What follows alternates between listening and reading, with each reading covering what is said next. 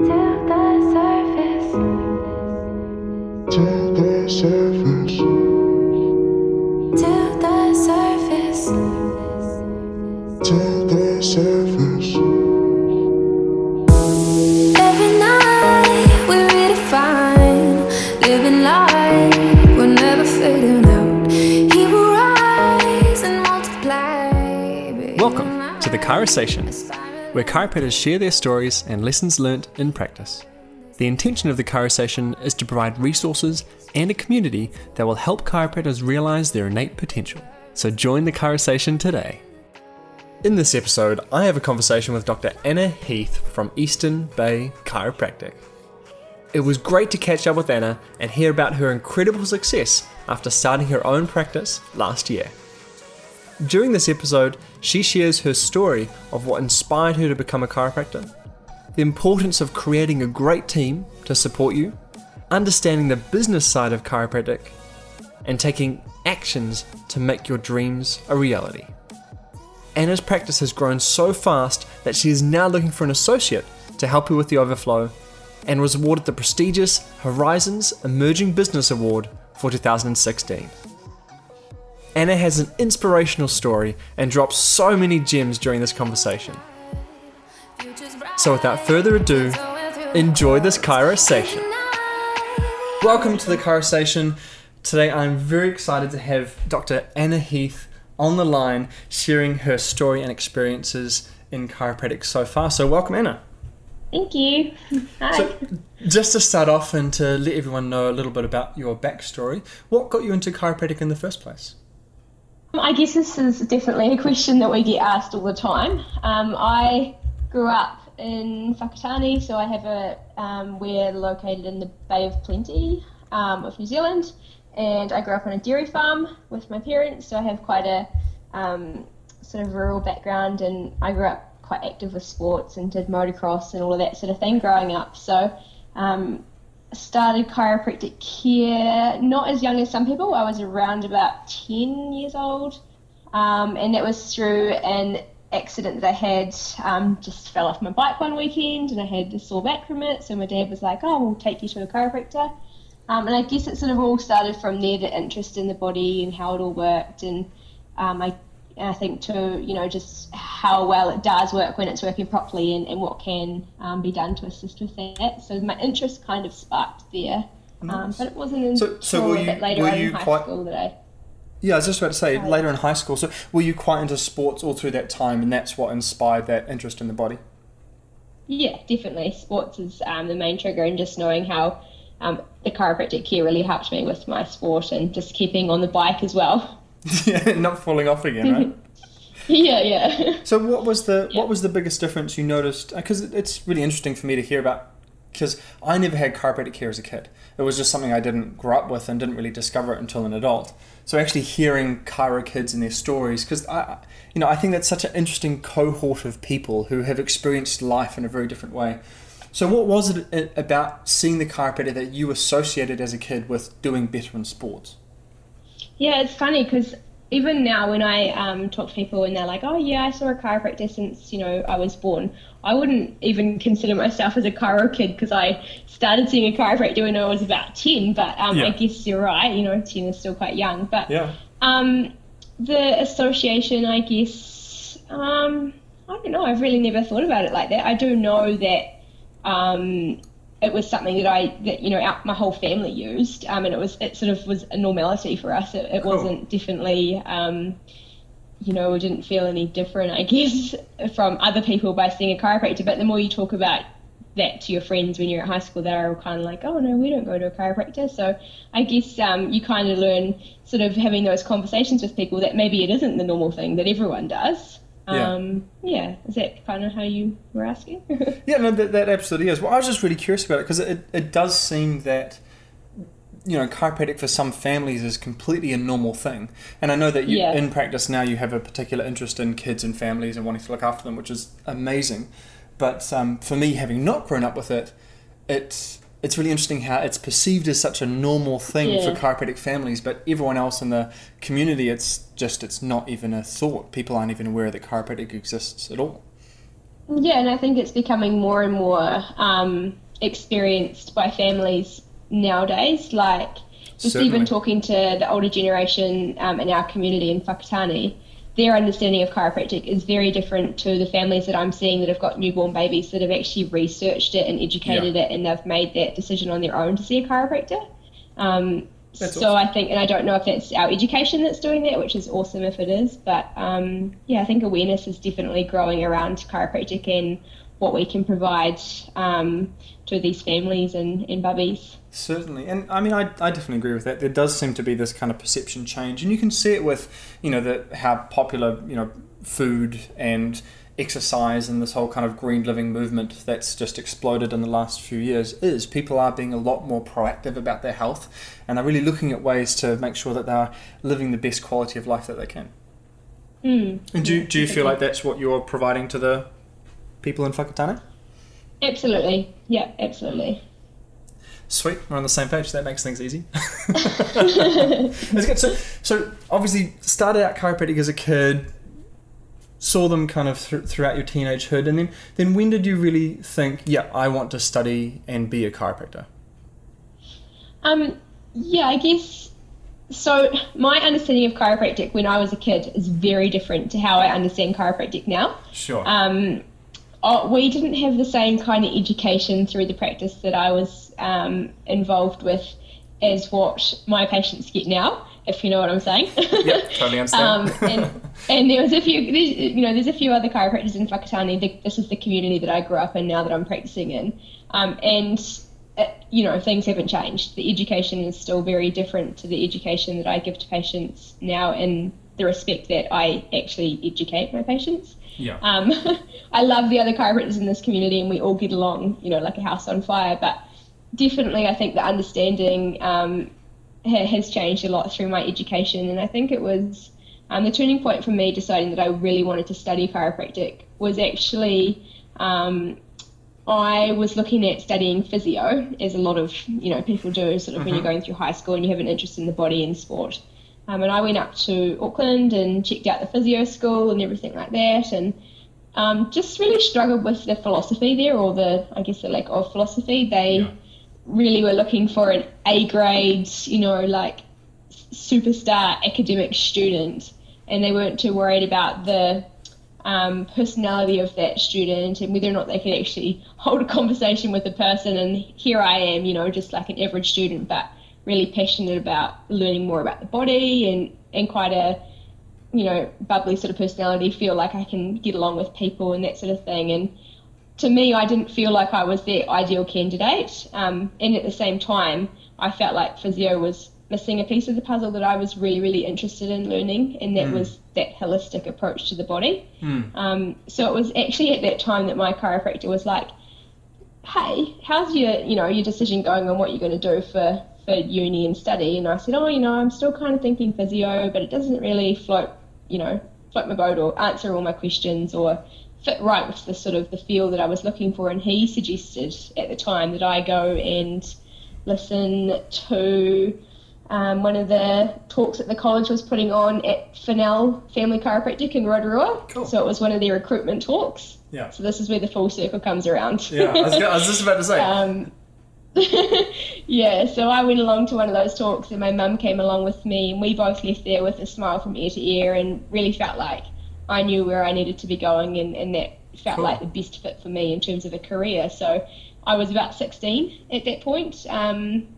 Not many people know 100% where they're going to go with their careers, but I knew at that point that I was going to be a chiropractor, and I would do anything I needed to do to get there. So yeah, I guess I've got John and Margie for now to thank for that. I was just and about to Joe say Brown, who was the recruitment officer at the time. Yeah, that's awesome. Well, I mean, that's another notch they can add to their belt, because I mean, amazing chiropractors, and they've done so much for the chiropractic community around the area.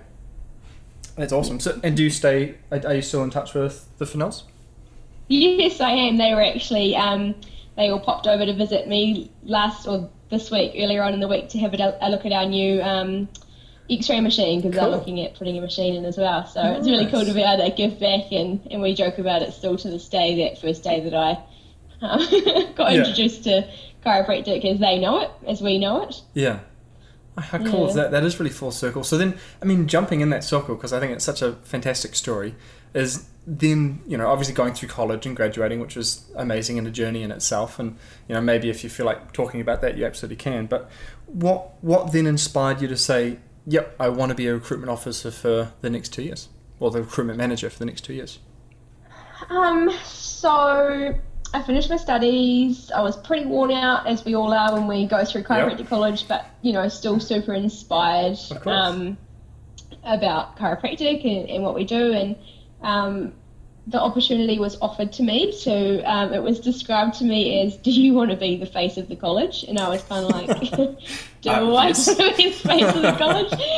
Explain a little bit more. And the role was definitely very much in its early stages. It wasn't really an established role at the start of my job, I guess. Yeah. The role had, Katie Marden had been in the role of the recruitment officer for that previous year before I stepped in, and she had worked a little bit under Phil, but also I think she had a little bit to do with Eric Russell at the end of his time there as well. So she sort of just followed on as to what was expected of her, of course, and the college was going through a lot of change at the time that I stepped in. She did an amazing job, but there was a lot of potential for that role to grow. And as was potential for the role at the college to grow as well.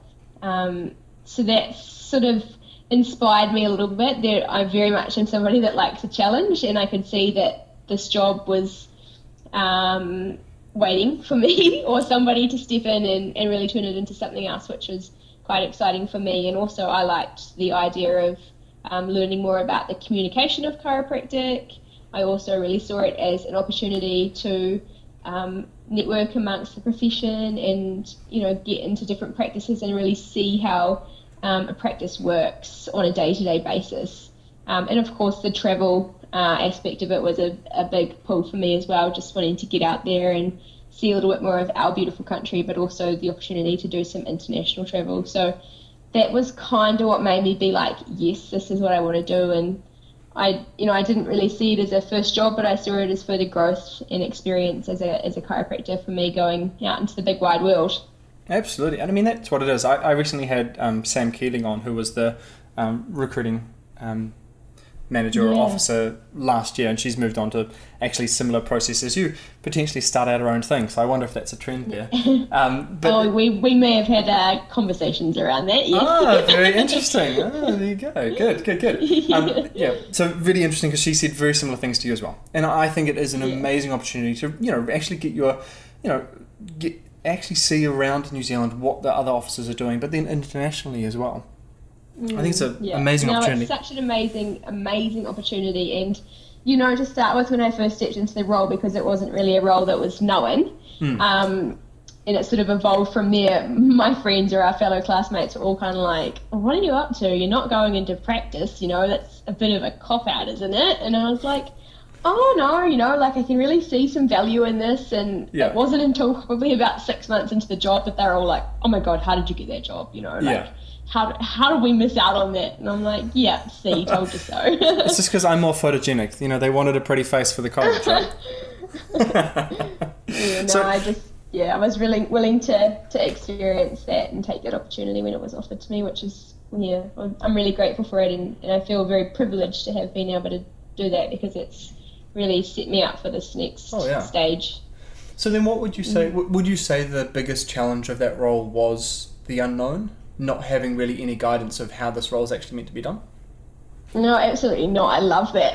Yeah. I love having that, like, free reign. I guess I think the biggest challenge for me is I've got potential to just go full on and not stop and look out for myself. So because I did love it so much, you know, and I wanted to make this big change and a big difference in the job and really create the role, I wasn't afraid to not stop. So I did, you know, I thought that the job might actually be a bit of a break in between chiro college and going into practice, but it was just as much.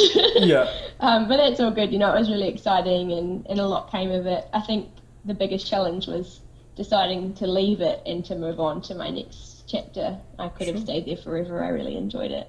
Nice, which is a beautiful segue, Anna. Well done. That wasn't pre-planned at all. That was really good.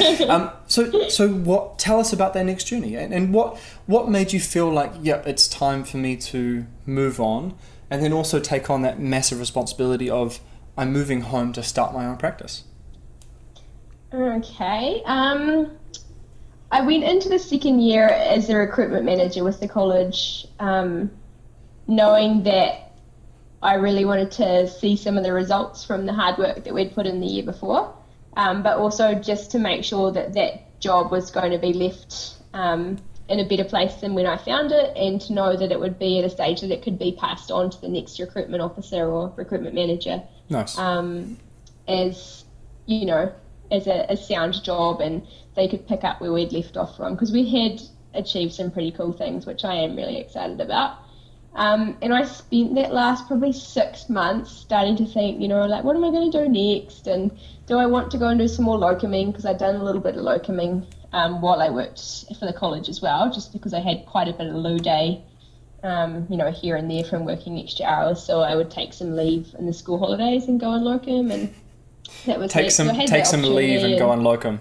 It's good on you. What was it? Sorry. I said, take some leave and then go do some more work as a locum. Yeah. Nice. This is what I was saying before. I don't often know when to stop.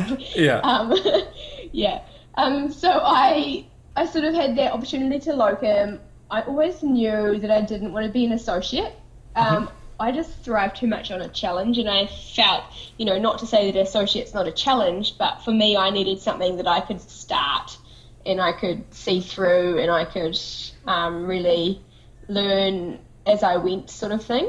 And I had some great mentoring and some great support with Phil, obviously working at the college, Phil McMaster, and I learned a lot about the business background, working alongside Rochelle Hardy-Neal. So Rochelle effectively was my boss at the college, and I spent a lot of time working with her around the operations and how the chiropractic college runs from that perspective. So I actually learned a lot about how a big business runs, and I learned a lot about marketing while I was in that role. I spent a lot of time doing different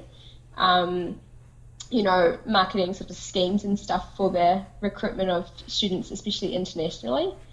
So I felt like I'd learned a lot of the main pillars to business, and I had seen a good handful of practices. I really knew sort of how I wanted my practice to look, or how I, perhaps didn't want it to look. But I still was really stuck in a rut. I was like, what do I do next? Do I want to make this decision? And that's, I guess, why I could have easily stayed on. But one day in Canada on our recruitment sort of roadshow, Phil and we spent quite a lot of time together travelling around, and we were driving somewhere in Canada. I was driving, I remember this so clearly. Yeah. And he started saying to me, you're not cut out to be an associate. You need to just go and open your own practice. Yeah. And he said it with almost that sound in his voice that he would be disappointed if I didn't. He'd probably be laughing if he heard this right now. I bet he would. But I was so overwhelmed at that point. I literally burst into tears and pulled over on the side of the road, and I was like, I just don't know what to do next. Yeah. So he was the main push for me, and I'm so grateful again. I'm so grateful for a lot that he did, but that was what I needed to take the next step, and it sort of all happened from there. So big decision, but I came back from that last trip to Canada, and they kind of knew I was finishing up, so I officially handed in my resignation, and that got me to about November, I think we were that time of the year, and I came back to Whakatane with intentions to have a bit of a holiday. Still thought I might locum for 6 months just while I decided how I was going to start this practice, but I lasted 2 weeks at home and I got bored, so I decided to go and look for some real estate and stumbled across the place we were at, and it all happened from there. I love it. Got home for 2 weeks, thought, this is a bit boring. Let's start a practice. I literally woke up one morning and I said to my parents, because I was staying at home at the time, I was like, I'm going to go to the real estate agent. And they're like, what for? And I just said, I need to go and find somewhere to be a chiropractor around here. I can't see patients from home. It's too small here, because by then people were already wanting to come and see me at home as well. So nice. But yeah. That's awesome. So then how long did it take from that conception? So 2 weeks after being home, how long did it take for you to actually open up your doors? So that was in mid-November. Keeping in mind most legal places anyway closed from about the 20th of December until about the 20th of January. Yeah. So I had a shitload to do in that time. Mm-hmm. Right from, like, where do you even start, So the first thing I did was found an accountant and sort of went down that pathway. So, but from when I got back to New Zealand in November to opening my doors in April, so I had, that sort of 5-ish months, but a month of that time was business closed. Yeah. Yeah. Nice, so that's pretty quick. So what were some of the biggest challenges or learning experiences you faced over that 5 months? Oh, I had a great time. I learned a hell of a lot. I felt like at the end of that time that I could have had my trade as an electrician, as a builder, as a painter, like everything. I guess it's probably helpful to know like what the process was as well. A lot of people, when I have these kind of conversations with people, they're always like, where did you even start and what did you do? So I can kind of run you through that a little bit if you want, if that's helpful. Please do, that'd be great. Yeah, so the first thing that I did, or the first person I sort of recruited to help me was an accountant. And I can't, I can't fault a good accountant, and they're worth their weight in gold, especially if you're new to business and you're really new to the starting out side of things, because he's turned into one of my main mentors, and he really took me under his wing and has helped me not just from the start in terms of getting the ball rolling, but he's now the person that pushes me to continue to grow and to make these next decisions in business and to think big rather than to just think where you are now, which is easy to do when you're in the thick of it all. Yeah. So I got a great accountant, and he needed a business plan, as most of them do, and I whipped out my last year of chiro college business plan that I designed and made a few changes here and there and sent that through to him, and he goes, this is fucking awesome, where did you get this from? Literally like that, that's how he works. And I was like, oh, well, we kind of had to do this business class at the end of chiro college, and he goes, oh, well, this is better than any business plan I've ever seen. And I was like, okay, great start. Nice. Thanks, Rochelle Hardy-Neal. Yeah, I was just about to say, shout out, Rochelle, thank you. Yeah, exactly, yeah. And so we talked about finance and how I was going to get the business started. And I had a little bit of money saved up, which I was happy to put into that. But in the end, we decided that it probably would be best to do it like through a business loan, just because of trying to keep everything sort of together as well, I think, and leaving me some money, because I knew that it could have been a wee while. We didn't know how long it would really take to get things off the ground as well. So knowing that I had a bit of a buffer to keep me going in between would be awesome as well. So we did the whole business loan thing.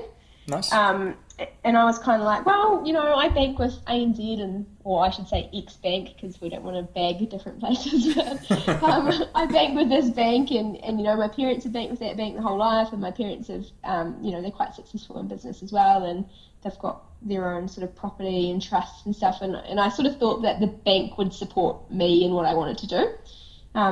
So we sat down and did all the forecasting and how many patients a week did I think I would see, from day dot and throughout that whole year, which, by the way, is bloody hard when you haven't practiced full time. Like I'd been a chiropractor for 2 years and I'd locumed, but I hadn't actually been in a practice and worked from starting it up, so I had no idea. So I kind of based that on what my friends were seeing. Lucky to have good friends. I was like, is this realistic to be seeing this many patients, like, at the end of a year kind of thing? And it was based on them being associates, and a lot of them were like, oh, I think, you're over forecasting. You probably should just base it on this amount. And I'm going, really? Is that all you're seeing at this time, this far through? So I kept it really low, and the bank was happy with that, in terms of they didn't want me to over forecast and then not be able to deliver. Exactly. So they'd rather that I under forecasted.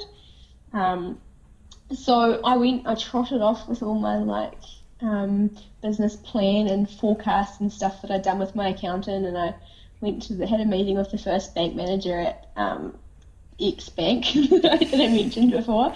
And I'm not even shitting you. The guy literally leant back in the back of his chair and like, he might as well have put his feet up on the table. He was like, I think you're being too ambitious. And I'm like, usually in that sort of situation, I would class that as confrontation, and I don't deal with confrontation. And I thought I would have like basically just, you know, crawled into my little hole and given up. Yeah. But I was like, no, screw you. Like, if there was a security camera on that wall, which there probably is, you would have seen me literally being like, bugger off. Like, Yeah. just We have to find that video. Like, yeah. no, this is not okay. So I Yeah. just up and left there. And I went back to Jason and I was like, well, that sucked. He said, there's going to be many more of those little setbacks. Don't worry about it. You know, don't let it get to you. And Yeah. so we looked at other options for finance, and I ended up going through another bank, and they were really awesome with all the lending. You know, I was talking like, we're talking minimal dollars here. It was not a massive loan at all. It was tiny. And at the time, they saw in my business plan that I had intentions to get an X-ray machine in, a digital X-ray machine, and they basically said at the start, do you want the finance for that as well now? Because we'll give it to you. And I was like, oh no, I'll just make sure this whole thing's going to work first. So yeah, that's the next sort of step, is obviously how you're going to finance your business, and then you've got to go through all the legal stuff with getting all your loans and stuff like that, and then you've got to find a building, and you've got to go through real estate agents and lease negotiations, and that's a whole nother topic really, and you can talk about that for hours and hours. But all I would say there is a commercial lease is very different to residential rentals, and Yep. you can get a lot out of a commercial landlord in terms of you don't have to just pay what they tell you to pay. Like, you can say to them, if I sign a lease for 3 years, will you contribute to the fit out? And 9 times out of 10 they'll be like, yep. And if they don't want to contribute to the fit out, you say, okay, well, how long are you going to give me a rent holiday for? You know, I learned all of this stuff knowing nothing and going in there very green, and I could have just signed a contract for the X amount of thousands that they wanted for that building and just gone in there and had to do it all myself. But my accountant was like, no, you negotiate here and they'll give you this and you'll do that. And so they, you know, they teach you a lot, accountants, especially if you get the right one. They really support you with that. Yeah. Well, I was just about to ask, because I'd love to jump back to it. How did you actually meet Jason in the first place? How did that connection come about? The connection actually came about, funnily enough, through the real estate agent, who we didn't really see eye to eye. So I'm so grateful for her putting me in touch with him, because he's been great. Yeah. And he really helped me get around her, because she was hard. So, you know, if nothing else, she was amazing in terms of referring me to Jason. So that just shows you, hey, small community, if, you know, people refer, and, you know, it comes around big circles. So he'd done some work for her. She was happy with how he worked. So she said, hey, I recommend this accountant. He's great. He's probably very good for people new out in business. He's reasonably young in business, but yeah, knows his stuff. And so that was really cool that she did that for me, because he's Nice. He's a big part of our business. Yeah. And, So quite serendipitous then. what was that, sorry? So it was quite a serendipitous meeting. Yeah. Meant to have been. Oh, very exciting. So I'd love to just delve in a little bit into the details, just because the people listening to the show probably do want to actually know a little bit more. So if you don't mind sharing, obviously you don't need to share numbers and that kind of stuff, but in terms of the process of get a good accountant, have some people around you that you can bounce ideas off. But what would you say is the most important thing when approaching someone for a loan, so a bank, for example? What are the biggest things that they're looking for in terms of, are they going to approve this loan or not? Yeah, sure. That's an awesome question. So you do need a business plan. They're not just like there to make you like muck around and waste time. They're super important, and put everything down and then really make it simple. They're not going to look through like shreds of paper. They just want to see that you've got this idea and you're going to make it happen, and this is how you're going to make it happen. And that's where your accountant is really helpful, because you want them to sit down and do a forecast for you, and they'll do that forecast based on how many patients a week you plan on seeing, how many of those might be ACC. So already at this stage, you need to know what you're going to be charging for a patient visit. Yeah. And you need to have an indication of roughly how many patients a week you're going to be seeing. So, like I said, I kept it really realistic. I forecasted that we would be seeing at the most 70 patients a week after a year. And I giggle at that like so much right now because we'd already got to that point in, like 4 months or something. But which is awesome, by the way. That's awesome. The bank was happy with that because they were like, oh, well, we can see that based on potentially what her rent might cost, what her overheads might be, she really only needs to be seeing around about 60 patients a week to be breaking even. So what she's saying is that within a year, she's potentially going to be earning enough money to break even with her outgoings. And, nobody expects you to be breaking even in your first 12 months of business by any means. Definitely not, yeah. But we could show in the forecast that realistically it potentially could be happening from around about 9 months. Certainly. And I did keep saying to them, I was like, I feel like I can do better than this, and I am keeping it on the safe side, and they were really happy with that. They could see from the numbers that it would be easy. They could see from the business plan that this is how I plan to get these patients through the door. So a marketing plan is really important.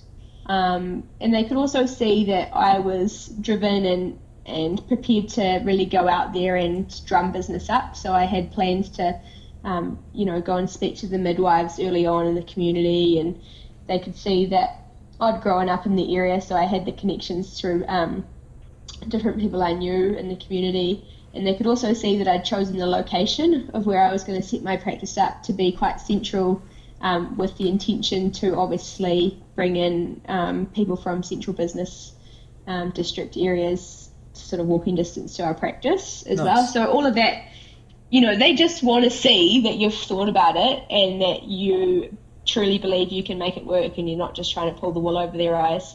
And when they can see that, like the meeting was about 10 minutes and he'd already said to me, do you want the money for the X-ray machine as well? And I was like, Brilliant. No, not yet. So, if your accountant's got your back and he believes you and he's passionate about what you're doing, he doesn't even need to be in that meeting. Mine happened to be because he offered his time and he was happy to do it. But, nice. and that accountant so happened to know the bank manager that he'd put me onto. Also, great bonus.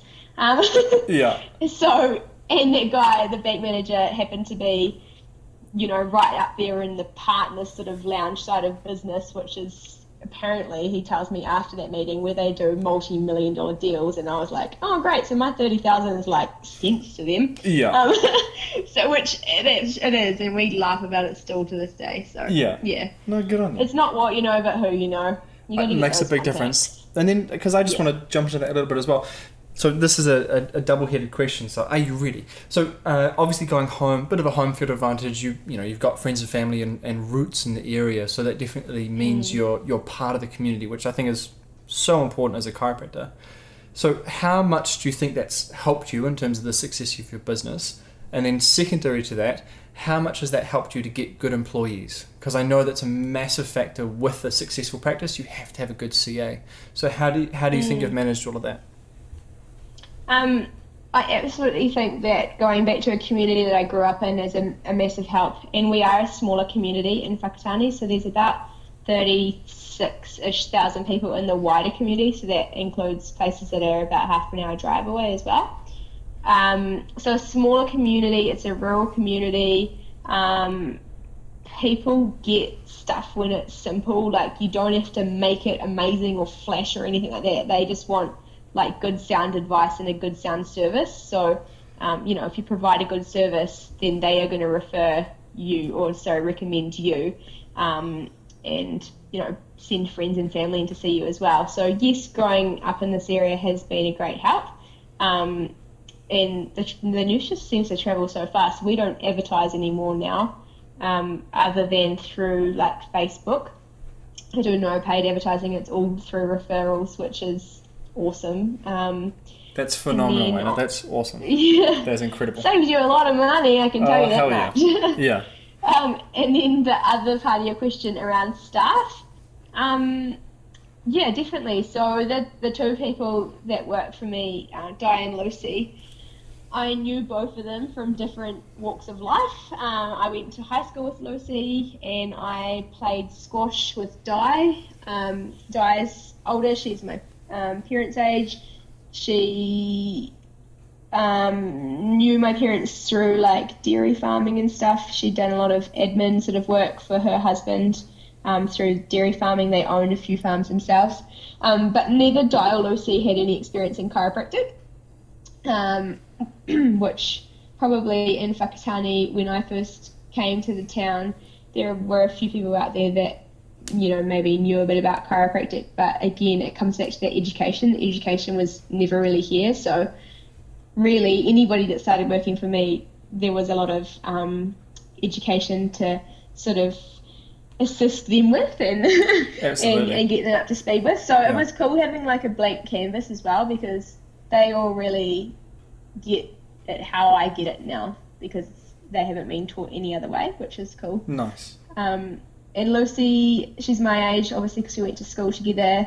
She has done some different study around body stuff through like sports and exercise, and she keeps herself busy now with her daughter, who's 3. And she was really looking for some part-time work and just wanted to be involved in the health industry. And so when I came back to Whakatane, that was a cool opportunity for her. Nice. And the reason why I employed Di is because she's got all of this business experience over years and years and years of owning different businesses and the admin side of things. And she also was looking for some part-time work and really just wanted a purpose, which is great for me, because I was this new business owner that was like, oh, you know what, I'll be fine by myself for the first 3 months. You know, I'm just going to cruise into business and I won't be seeing that many patients a week that I won't be able to manage it. Like, I mean, look at my forecast. I forecast like 25 patients a week. Yeah. Yeah, that didn't really work out that way? Yeah. I think the first week that we opened in town, because I had been seeing patients from home until April, and home is half an hour out of town, rural, and I was already seeing 25 patients a week at my parents' place.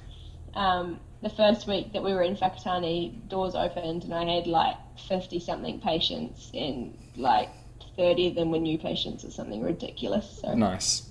I mean, that's a good way to open your doors, isn't it? That must have felt awesome. Yeah, but I was like, oh, this is not going to last, in terms of, you know, like, it's going to slow down at some point. Sure. Well, we're literally 11 months in, like, this week, and I'm still going, is it going to slow down? It's not. How many people live here? Yeah, and what's the population like, again? All these new patients, and they've never seen a chiropractor before. How am I still, like, how is this still happening? So, yeah. Cool. Oh, but that's awesome. But, I mean, that must go to show. Like, because there's definitely something about business, which at least I see time and time again, is different is better than better. You don't have to be the best chiropractor, you just have to be slightly different to what's already there and being provided. And like you've talked about a number of times, by providing that education and allowing patients to actually know more about their body and why things are happening, and like you've said, in a very simple way that they get, must make a lot of sense. So they're referring their friends and family, right? Yeah, and we've got a few points of difference to the other chiropractors here in Whakatane. And like I've already said, you know, like I've got a great relationship with them. They're 3 male chiropractors, so I'm the only female chiropractor in Whakatane. Big difference. There hasn't been a female chiropractor in Whakatane for a wee while now. Yeah. We are located right in town. The other chiropractors are sort of slightly out of the main centre, sort of on the streets into town. They're in sort of converted houses. We are in a shop under an apartment building, a beautiful new shop. So that's quite different. Our layout is very different. We have 1 closed room and 3 open plan rooms. We've got like a full kids room. We've got a full kids area. We've got a room in the practice where mums can go and breastfeed, and there's a change table and everything like that in there as well. And our whole philosophy is just so different. You know, you don't just literally go there to get adjusted and leave. If you need to stay and feed after baby's been adjusted, then you can. And it's just like a really welcoming sort of family environment in there. And nice pace. Yeah, it's Yeah. cool. But we Wonderful. still obviously are getting through the patients as well. We don't spend hours with people. We're still, No. A standard chiropractic visit. But people just don't feel like they're rushed in and rushed out, and we hear that every day. And it's not because I'm spending any longer with them. It's because, the CAs are there to talk to them if they need before or after, and they've got the ability to take the time if they need a feed or anything like that before they leave the practice as well, which people are just super grateful for. Brilliant. That's something I really want to jump on, because that's something I've thought about recently, is that whole kind of notion that, you've got to see the chiropractor, it's a sausage factory, you're in and out, they don't really take much time or care with you. And that's a real perception thing from the patient. I mean, I'd really like to ask you, how thought out was that? Did you intend to create that space for a patient where going to the chiropractor was an experience, where that experience started when they got out of the car to come in and see you, or walked down the block to come and see you, and their experience started there and finished, after they left the building, not just the time that they spent on the table with you? Yeah, absolutely. Because I think if you leave it so that the time is the time that's with you, there's a lot left to you, if that makes sense. You're it. Whereas if the patient is able to experience that visit right from as soon as they walk through the door and they're greeted by Di and Lucy, right through to everything being finished up and them rescheduling their next appointment and making their payment, that potentially could be over 20 minutes for them, whereas the amount of time that they're with me might be 5 or 7. Obviously if it's an initial consultation it's a bit longer, but there's a big difference there in time, and that person places value on time, especially in a community like Whakatane. Definitely. And I think that's something that's been missed with some of the other practices, and that's the feedback that I'm getting is, we feel like the chiropractor doesn't spend time with us, and I'm like, well, I know for sure that their appointment times are the same as mine, but I also know that these patients don't feel like they're pushed in or pushed out of the practice. They've got the chance, if they want to, to take that time and take their time, and they're really grateful for that service. And we do get a lot of feedback on that. We do customer satisfaction surveys and stuff, and that's something that is brought up, which is really cool. Well, and speaking of that, and congratulations are in order, winning the business award for last year. So what was that like, and how did that whole experience come about? That was like a massive oh my fucking god moment. I didn't think that it would happen like that. I have to say that entering, not necessarily winning, maybe a little bit winning, but entering the business awards was something when I first came back to Whakatane that I was like, I'm going to do that. Nice. I'll do that after we've been in business for 2 years. And then my accountant, actually no, it wasn't my accountant this time around.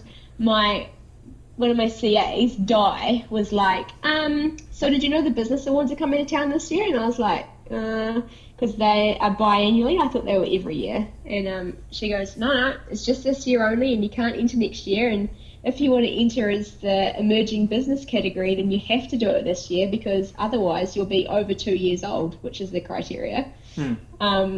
And I was kind of like, I don't know, we've only been open for 6 months, and I'm not really established by any means, here I am thinking we've got all these processes and procedures to still implement, and I'm like, I haven't documented this and that and another thing. And anyway, I decided to do it, and I actually went to my accountant and said, I need a statement of financial viability or something like that, and he's kind of like, oh, what's that for? And I said, I'm going to enter the business awards. And he goes, God, you never cease to amaze me. You're always just doing random stuff. And he said, all right, probably a good exercise for you. Because he was thinking like I was, 6 months, we're way too little to be establishing anything major. But amazing experience.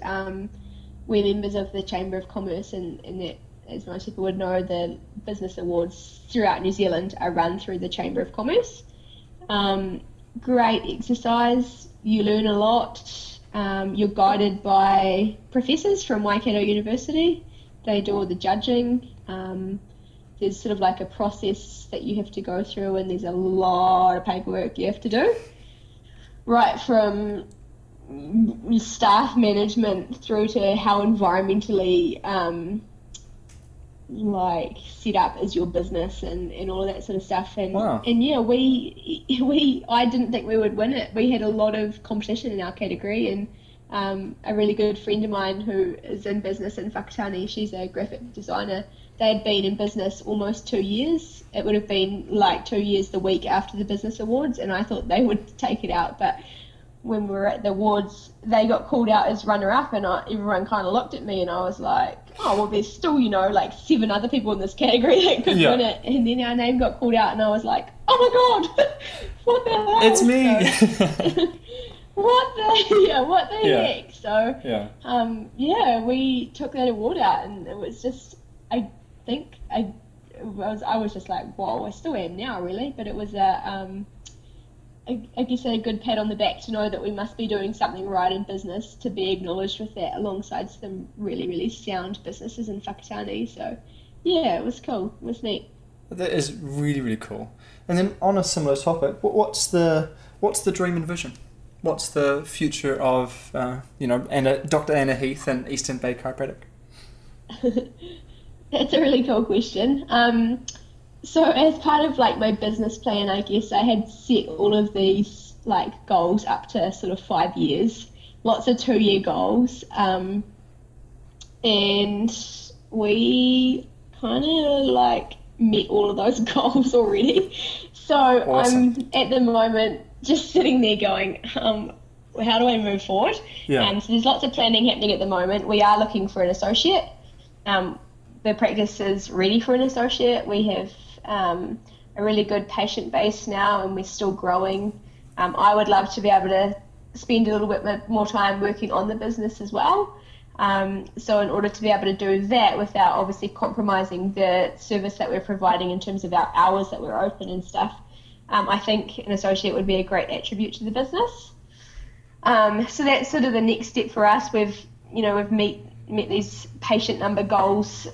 Like I said early on, we've installed an x-ray machine. We did that at 8 months, so that was beautiful new shiny new digital x-ray machine, just like what the college has got. So that's awesome. We're loving having that, and I just really think that the practice will be just that little bit more amazing with another chiropractor involved. So that's the next big step for us. Cool. We're already on the lookout if anyone wants to get in Subtle touch. hint, shameless promotion. 100% business details will be in the show notes, so check it out, people. Awesome. Well, they know me inside out now. That's right.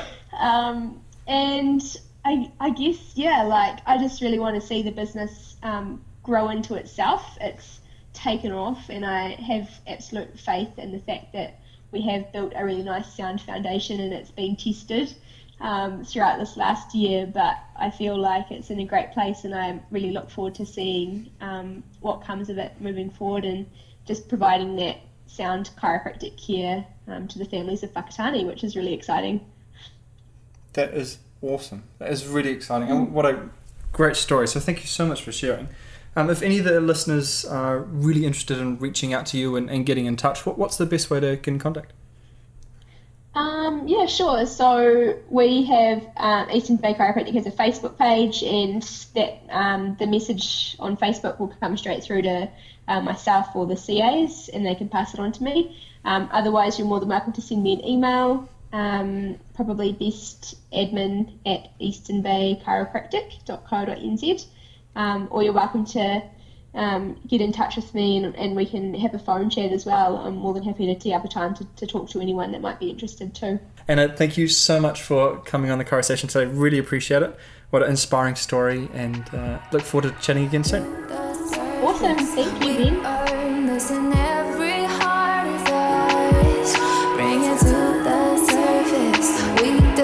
This with lanterns in the dark.